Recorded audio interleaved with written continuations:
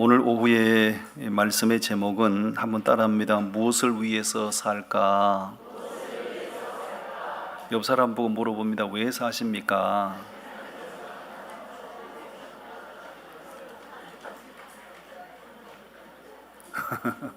웃을 일이 아니지, 기가 찰 일이지. 다 열심히 살고 아둥바둥 살고 막 차같이 사는데 막상 왜 살아요? 물어보면 대답을 못해요. 그거 참 신기하다고요.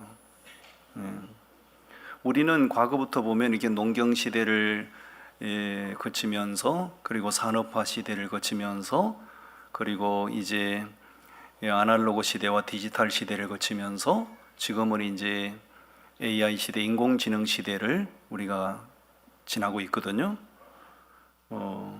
과거의 농경 시대에 저는 농촌에서 태어났고 농부의 아들로 자라면서 그때 당시에 돌아보면 소위 말하면 그 보릿고개도 저는 경험이 있는 세대 아닙니까? 하루 세끼 밥을 배불리 먹기가 정말 곤란한 그런 가난한 시절이었어요. 더군다나 할아버지 할머니 포함 우리 7남매 포함해서 우리 가족이 11식구 12식구였는데 우리 어머니가 참 고생 많이 하셨다는 생각을 하게 됩니다. 그 당시에는 쌀이 너무나 귀한 시대여서 가마솥에 장작 불 때에서 밥을 하면 가운데다가 흰쌀 한 주먹 넣어가지고 그 흰쌀은 퍼서 할아버지 상에 밥상에 밥그릇에 올라가야 되고 조금 남은 거는 아버지 밥상에 올라가야 되고 우리는 항상 꽁당 보리밥 먹고 살았어요. 그런데 그런 가난한 시절을 거쳐왔지만 그 시대에는 마음의 여유들이 있었어요. 남을 생각하는 마음이 지금보다 훨씬 더 컸고 남을 배려하는 마음이 정말 가난했지만 남을 생각하고 배려하는 마음들이 넉넉했어요. 근데 그때에 비하면 지금 이 시대는 경제적으로 상상할 수 없는 시대를 살고 있잖아요. 그런데 웬일인지 이렇게 높은 경제 수준을 우리가 누리고 살면서도 왠지 모르게 현대인들은 마음의 여유들이 없어요. 너무너무 마음의 여유 없이 살아가는 거예요. 분주하게 살면서도 과거의 가난한 시절만큼 기뻐하지 못하고 정말 왜 그렇게 이렇게 분주하게 살면서 이렇게 사람들이 마음의 여유를 잃어버리고 사는가? 무엇을 위해서 사는가가 정확하지 않다 보니까 그런 거죠. 삶의 목적의식이 분명하지 않다 보니 뭔가 부지런하게 살고 열심히 사는 것 같은데 내가 왜 살지 하는 데 대한 대답이 명확하지 않는 거예요. 미국의 엘레바마 주에서 한 소녀가 태어났거든요.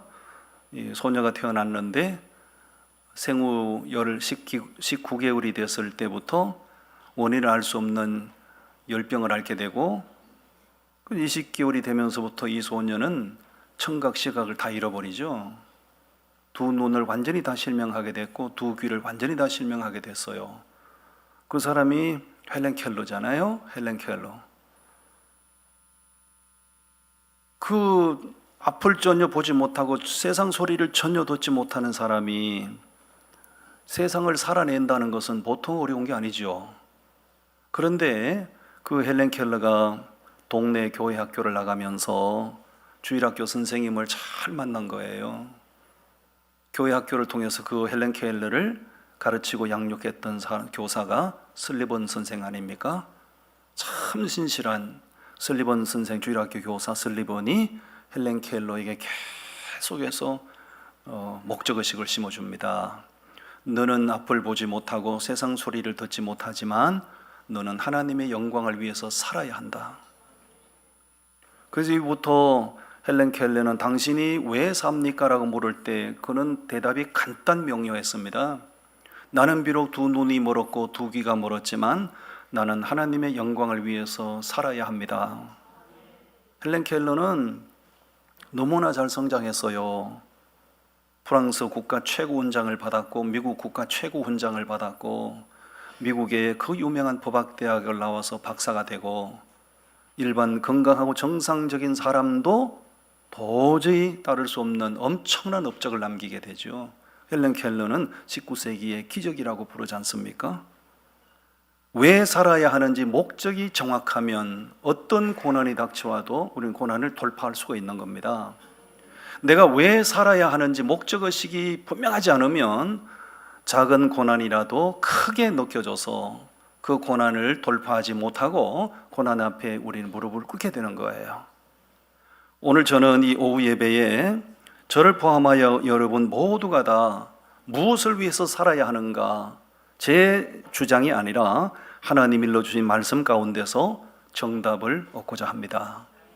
왜 살아야 하는가? 첫 번째 31절에서 정답을 말씀하고 있습니다. 31절 말씀 다 같이 읽어요.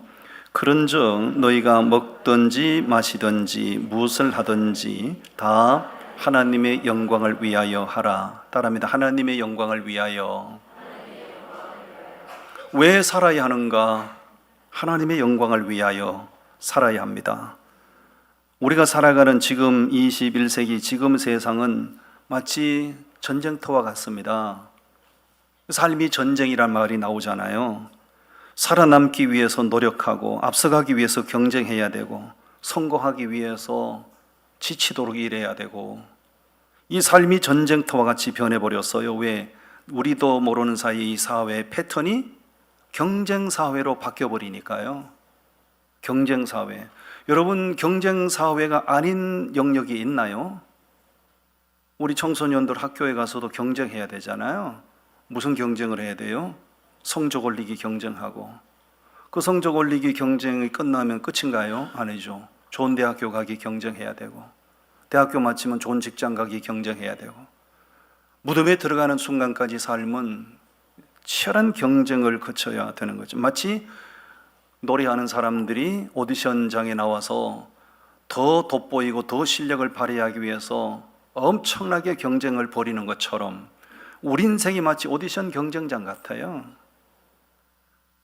갈수록 세상은 생존 경쟁이 더 치열해질 겁니다. 지금도 정말 정신없이 살아내고 있지만 앞으로 살아가면 갈수록 우리의 삶의 현장은 더 치열한 경쟁을 치러야 살아낼 수가 있을 겁니다. 그 치열한 경쟁, 생존 경쟁장에서 웃는 자가 많을까요? 우는 자가 많을까요? 우는 자가 많죠. 왜? 경쟁에서 뛰어난 사람은 웃을 수 있겠지만 경쟁에서 낙오되는 사람은 다 우울해지고 슬퍼하고 우는 자가 되는 것이죠. 살만하다는 사람들보다는 못 살겠다고 아우성치는 사람들이 훨씬 더 많을 겁니다. 우리가 가끔 뉴스에 보면 어떻게 저런 일이 일어날 수 있지 싶은 흉악범죄가 뉴스를 탑니다. 자기하고 아무런 원한 관계가 있는 것도 아닌데 그냥 칼을 들고 가다가 불특정 다수의 사람을 막 휘둘러서 살해하기도 하고, 자기하고 아무런 관련이 없는 사람이라고요. 어처구니 없는 흉악한 죄를 저질러요. 어떤 사람들이 그런 일을 저지르는가? 경쟁 구도 속에서 낙오된 사람들이 상실감을 못 이겨서 그렇게 행동하는 거거든요. 여러분, 목적에서 이탈하게 되면 사람은 희한한 괴물로 변하게 됩니다. 목적의식이 정확한 삶을 사는 사람은 함부로 그런 일을 못해요. 목적의식에서 이탈한 사람, 경쟁 구도에서 낙오된 사람은 그 상실감을 못 이겨서 해서는 안 된 말을 하고 해서는 안 되는 행동을 하고 자기 때문에 수많은 사람들이 아픔을 겪어야 되는 거지요. 우리는 인생을 막 살아도 안 되고 되는 대로 살아도 안 되는 줄 믿습니다. 오직 무엇을 위하여 살아야 하는가? 따라합니다. 하나님의 영광을 위하여. 하나님의 영광을 위하여 살아야 합니다. 왜? 사람은 하나님이 원숭이가 변하여 사람 된 게 아니고 사람은 하나님께서 당신의 형상을 따라 창조한 존재거든. 하나님의 당신의 형상대로 지으신 존재거든요. 그럼 하나님이 사람을 당신의 형상대로 창조하실 때는 명확한 목적, 무엇을 위하여 창조하신 게 있잖아요.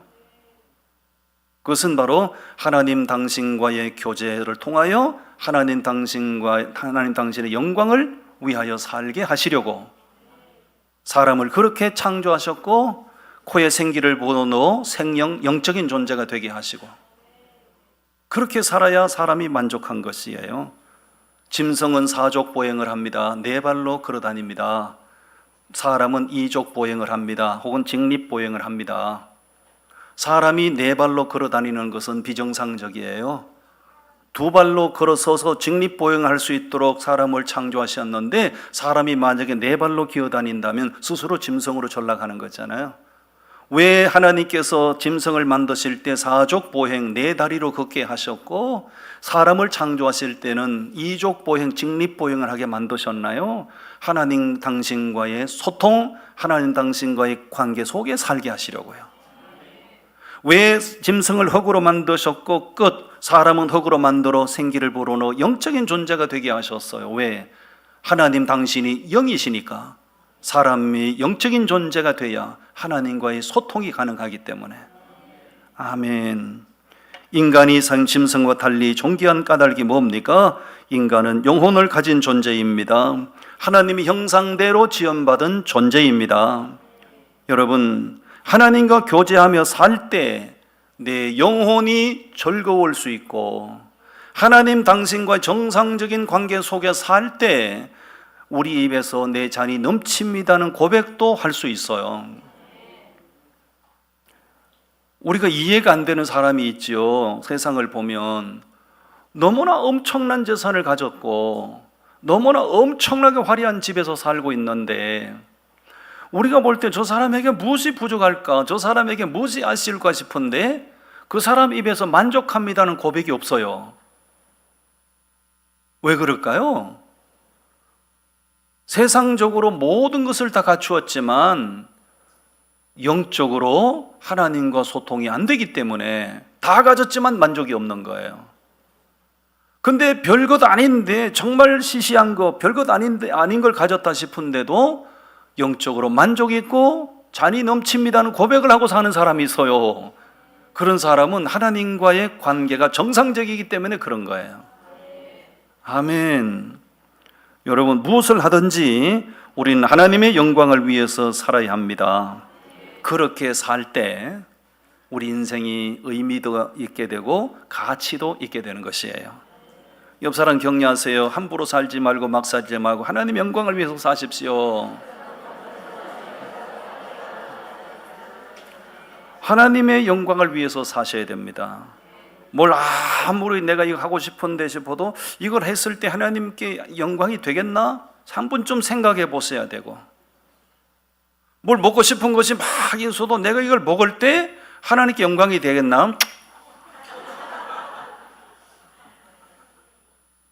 막 마시고 한잔 하세요. 한 잔에 막 고민하고 그래도 내가 할 때 하나님께 영광이 되겠나? 생각해 보셔야 되죠.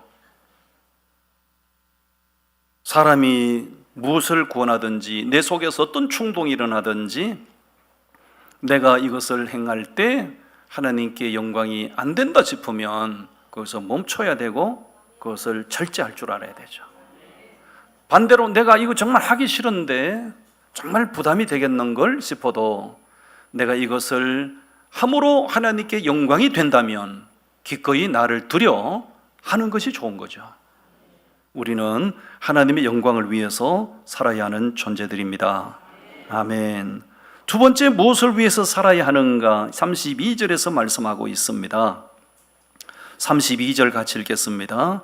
유대인에게나 헬라인에게나 하나님의 교회나 그치는 자가 되지 말고 교회 공동체 속에서 절대로 그치는 자가 되지 마십시오.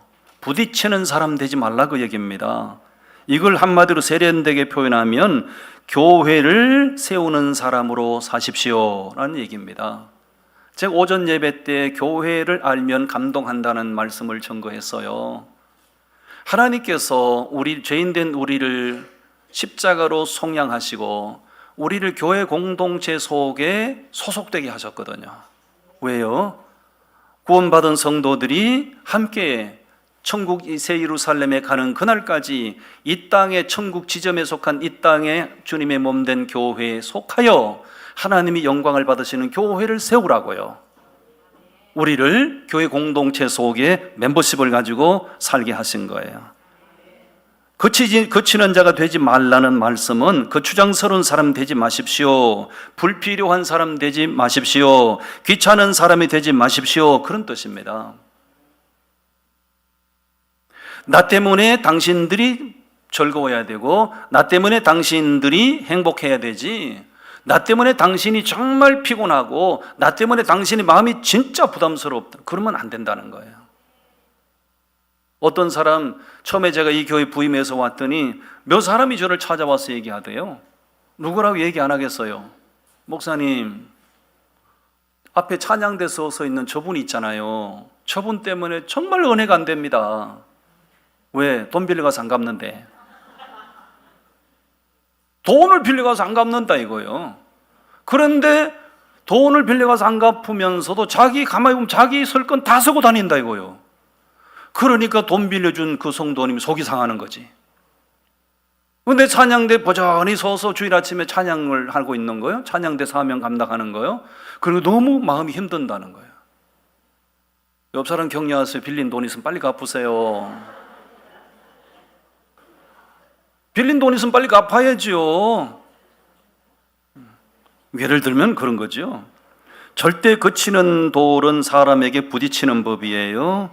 그치는 돌, 노출, 돌이 있어야 할 자리에서는 보기가 좋습니다. 근데 그 돌이 있어야 할 자리에 있지 않고 삐져나오면 보기도 흉할 뿐만 아니라 질서적으로도 문제가 되지만 오고 가는 사람에게 부딪혀서 상처를 주는 거예요. 이런 부분은 교회 공동체 속에서 정말 중요한 거지요. 하나님을 믿는 사람들은 어디서든지 유익한 사람이 되어야 되고 필요한 사람이 되셔야 됩니다. 여기 보면 유대인과 헬라인을 비유를 들어서 말씀하고 있잖아요. 유대인에게 헬라인, 유대인을 예를 들어 우리에게 적용하면 믿는 사람, 교회 공동체 속에 있는 사람이라고 할 때, 헬라인은 교회 밖의 사람, 믿지 않는 불신자들을 비유를 할 수가 있겠어요. 우리는 예수 믿고 그리스도인의 신분을 가졌기 때문에 교회 공동체 속에서도 부딪히는 사람이 되면 안 되고, 교회 밖에서도, 교회 밖에만 나가면 세상 사람들을 상대하고 살아가야 되지 않습니까? 세상 교회 밖에서 내가 상대하고 살아가는 불신자들에게도 그 주장스러운 사람이 되면 안 되는 거죠. 저 사람 교회 다닌다며, 저 사람 교회 장로라며, 저 사람 교회 집사님이라며, 야, 역시 참 예수 믿는 사람이 달라. 그 한마디 말을 들을 때 얼마나 교회에 득이 되고, 전도지 천장만장 돌리는 것보다 그 말 한마디 듣는 것이 훨씬 더 교회의 이미지를 부각시킬 수 있지 않겠어요? 정말 중요한 부분이죠. 하나님의 교회에서 그치는 자가 되지 말아야 합니다. 교회에서 그치는 사람은 자기도 불행한 사람이고 그 사람 때문에 다른 사람도 상처를 받고 불행하게 되는 거예요. 성도의 사명이 뭔가? 성도의 사명은 하나님이 기뻐하시고 하나님이 영광을 받으실 온전한 교회를 세우는 것이에요. 우리가 부르는 복음성가 중에 교회를 교회되게, 예배를 예배되게 하는 찬양이 있잖아요. 이스라엘 백성들이 출애굽을 했을 때 하나님께서 광야에 뭘 세우게 하셨죠? 성막을 세우게 하셨죠. 성막을 어떻게 세워, 뭘 어떻게 깎아서 어떻게 만들어라, 뭘 검으로 입혀라, 무슨 노스로 입혀라, 무슨 은으로 입혀라, 사이즈는 얼마만큼 해라, 정확하게 아주 디테일하게 말씀해 주셨어요.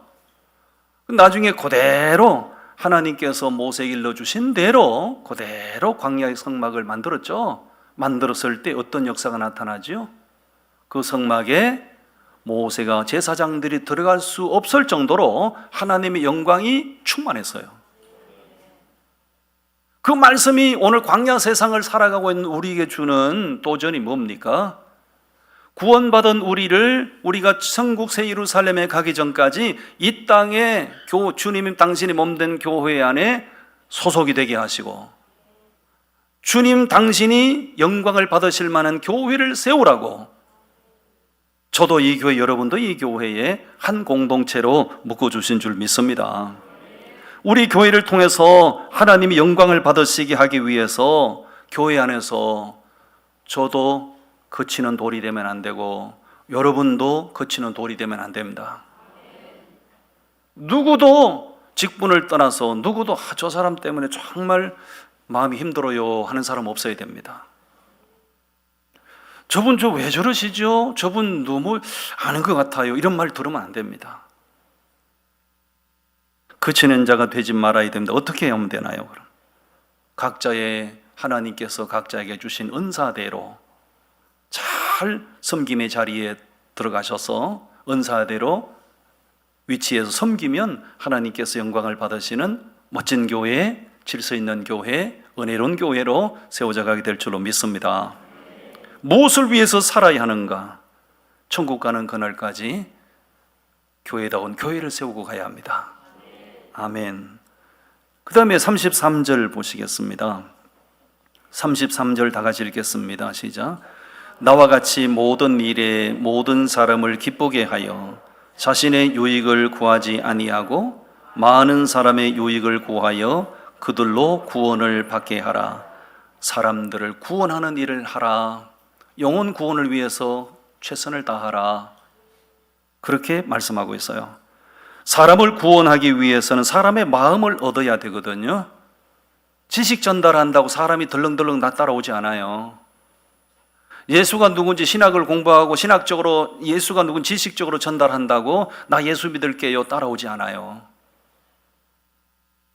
지식을 전달하지 못하더라도 내가 예수 믿는 사람으로서 나의 유익이 아니라 상대편을 배려하고 상대편을 유익하게 하면 그 사람의 마음을 얻게 되고 마음을 얻게 되면 그 사람이 나 따라 주님 앞에 오게 돼 있어요. 그렇게 살아라 그 얘기입니다. 영혼 구원하는 것이 세상에서 가장 가치 있는 일이라고 말씀합니다. 왜 그렇습니까? 한 영혼의 가치가 온 천하보다 더 귀하기 때문에. 한 영혼이 돌아올 때 하느님 나라에서 잔치가 벌어진다고 말씀하고 있잖아요. 그리고 그 천하보다 귀한 한 영혼을 잘 섬겨서 그 영혼이 나 따라 주님 앞에 와서 그가 구원받고 거듭난다면 그에 대한 상급이 천국에서 보장이 되는 거죠. 아멘. 사도 바울이 모든 것을 배설물로 여겼어요. 자기가 스스로 말했어요. 사도 바울이 예수 만나기 전에 입만 열면 자기 과시, 자기 자랑에 바빴던 사람이죠. 나는 히브리인 중에 히브리인이고 나는 바리스파에 속한 사람이고 나는 가발릴의 문화생이고 나는 젊어 출세해서 관은 배지 달았고 뭐 엄청났죠. 그런데 인격적으로 주님 딱 만나고 나서 자랑하던 거 다 배설물로 여겼어요. 왜? 예수님 제대로 만나고 나니까 예수님보다 더 귀한 게 없다는 걸 알게 된 거죠. 그러니까 예수가 자기 인생 가운데 가장 가치 있는 존재가 된 거죠. 그러니까 나 결혼도 안 할래. 유대인이지만 욕을 먹더라도 나 이방인들에게 가서 복음 전할래. 매를 맞더라도 나는 이 예수를 알게 할래. 바울은 그 일에 올인하고 살았던 거예요. 왜 그렇습니까? 사람은요 자기가 가치 있다고 여기는 것에 집착을 하게 돼 있어요. 제가 강아지 얘기했잖아요. 강아지는 개새끼요, 개새끼는 강아지요. 강아지 얘기 나왔으니까 우리 성도님들이 한마디 합니다. 요즘 강아지를 보고 반려견, 반려견이라는 그 말을 쓰면 안 됩니다. 반려라는 말은 부부간에만 쓰는 거예요. 애완견이라는 표현을 쓰셔야 됩니다. 사람들이 몰라가 자꾸 강아지를 반려견 하는데요. 그거는 아주 영적으로 무시가 하나님이 싫어합니다. 따라합니다. 반려견이 아니고요. 애완견이 맞아요. 알아들었습니까? 뭘 몰라가지고 강아지 새끼 보고 자꾸 반려견 그래요. 강아지 새끼를 사랑하는 건 좋은데 강아지 새끼가 하고 천국 가겠냔 말이요. 그렇지 않거든요. 제가 강아지를 키웠지 않습니까? 강아지를. 나는 정말 강아지를 싫어하는 사람이었거든요. 근데 워낙 신앙생활을 이쁘게 하는 젊은 집사님이 5마리를 낳았는데 한 마리를 목사님 선물합니다. 선물을 받았다고. 선물로 주는데 그 집사님이 너무 이뻐서 그 선물을 덜렁 받은 거예요. 받아서 키우다 보니 얘가 사람보다 나아요. 외출했다 나갔다 돌아오면 집사람은 너 왔니? 그런 경우가 있는데 강아지는 와서 그냥 막 기어들고 난리야? 난리도 아니에요. 뒤집어지고 난리야. 근데 이 강아지가 지가 입에 뭐 좋아하는 게 있어요. 강아지도 보면요. 좋아하는 게 있어요. 그걸 딱 물고 있는데 뺏으려고 그러면 이런 주인을 못 알아보고 확 물어버려요. 그때는 화가 나가 이게 그냥 내가 얼마나 네한테 잘해줬는데 그까지 그 빼앗는다고 나를 물어 이 새끼야? 몇 차례 물렸어요. 물리다가 내가 안 물리고 이걸 뺏는 방법이 뭐냐 연구를 했어요. 간단하더만, 아주 간단하더만. 지가 물고 있는 집착하는, 안 뺏기려고 집착하는 거 있잖아요. 그보다 더 좋은 걸 주니까 놔버리더만. 그걸 지가 최고인 줄 알고 물고 하는 거 있잖아요. 그거보다 지가 더 좋아하는 걸 싹 내니까 이걸 놓고 이걸 먹으려고 그래요. 무슨 얘기냐면 사람은 자기가 가장 가치 있게 여기는 것에 집착을 하게 돼 있어요. 사도 바울이 왜 가장 귀하게 여기던 집착하던 것을 배설물로 여기고 예수 그리스도를 목숨 걸고 전하려고 했을까요? 예수 그리스도가 더 귀하고 더 가치 있는 분이는 것을 깨달았기 때문이죠. 여러분, 나 때문에 예수 믿게 된 사람이 있다면 천국 갔을 때 그분들이 나를 향하여 박수 보내줄 거예요. 우리 이 신앙생활 하다가 때가 되면 다 이제 하나님 앞에 가야 할 사람들인데 하나님 앞에 갔을 때 당신 때문에 내가 예수 믿었어요. 당신 그때 나를 전도하셔서 정말 당신이 아니었으면 내가 어떻게 예수 믿었겠습니까? 그러면서 내가 천국 갔을 때 나를 향하여 막 박수를 쳐주는 사람이 많으면 좋죠. 아멘. 옆 사람 보고 조용히 물어보세요. 옆 사람 들리지 않게. 천국 갔을 때 당신을 위하여 박수 칠 사람이 몇 명이나 있어? 내가 아무도 전도 안 해서 한 명도 전도 안 했으면 천국 갔을 때 나를 향하여 박수 칠 사람 아무도 없다는 얘기잖아요. 그렇기 때문에 우리는 영혼 구원을 위해서 우리는 최선을 다해야 하는 것입니다. 참 이게 영혼 구원이 필요한 줄 알고 해야 되는 줄도 아는데 이게 잘 안 돼요. 시대가 마음의 여유를 잃어버리고 하는 시대일수록 더 힘들어요. 근데 안 되는 건 아니거든요. 전혀 막힌 건 아니거든요. 전혀 불가능한 건 아니거든요. 얼마든지 가능성이 있어요. 뭘 하면 되죠? 33절에 일러준 대로 하면 됩니다. 33절 다시 읽겠습니다. 시작. 나와 같이 모든 일에 모든 사람을 기쁘게, 모든 사람을 뭐 하라고요? 사람을 기쁘게 하세요. 자신의 유익을 구하지 아니하고 많은 사람의 유익을 구하고. 누구 유익을 구하라고요? 예, 저 사람을 진짜 내가 전도하고 싶다.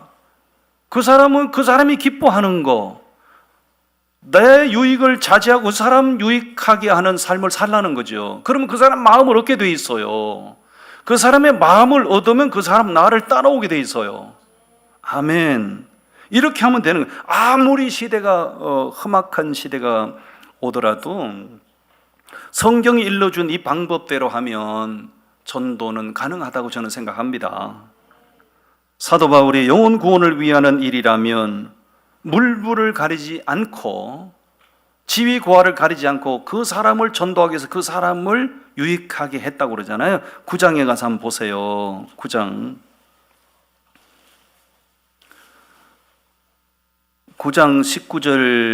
19절 말씀, 9장 19절 말씀 깜빡 졸 뻔했던 분만 좀 읽겠습니다. 시작. 아니, 이렇게 많이 졸았나? 아니, 가만히 있어 봐요. 깜빡 졸던 사람 읽으라고 그랬더니 이렇게 많이 졸았다는 얘기요? 어? 눈꺼풀이 내려앉았던 분들 있잖아요. 내가 다 봤거든요. 나는 설교하면서도 발가락 꼼지락 까니까 다 봅니다. 다리를 꽈는지 풀었는지 다 보입니다. 제 눈에는 다 보입니다. 자, 19절 다 같이 읽어요. 시작. 내가 모든 사람에게서 자유로우나 스스로 모든 사람에게 종이 된 것은 더 많은 사람을 얻고자 함이라. 그렇습니다. 사도 바울은 어디에도 누구에게도 구속받지 않는 자유인이었어요. 그런데 스스로 종로로 됐다는 거죠. 왜? 그 사람의 마음을 얻기 위해서. 20절 읽겠습니다. 시작. 유대인들에게 내가 유대인같이 된 것은 유대인들을 얻고자 함이요 율법 아래 있는 자들에게는 내가 율법 아래 있지 아니하나 율법 아래 있는 자같이 된 것은 율법 아래 있는 자들을 얻고자 함이요. 그렇습니다. 자기는 율법에서부터 자유하게 된 사람이지만 율법에서 자유하지 못한 사람, 그런 사람을 얻기 위해서 눈높이를 같이 해서 그 사람을 얻기 원했다는 거죠. 21절 읽겠습니다. 시작.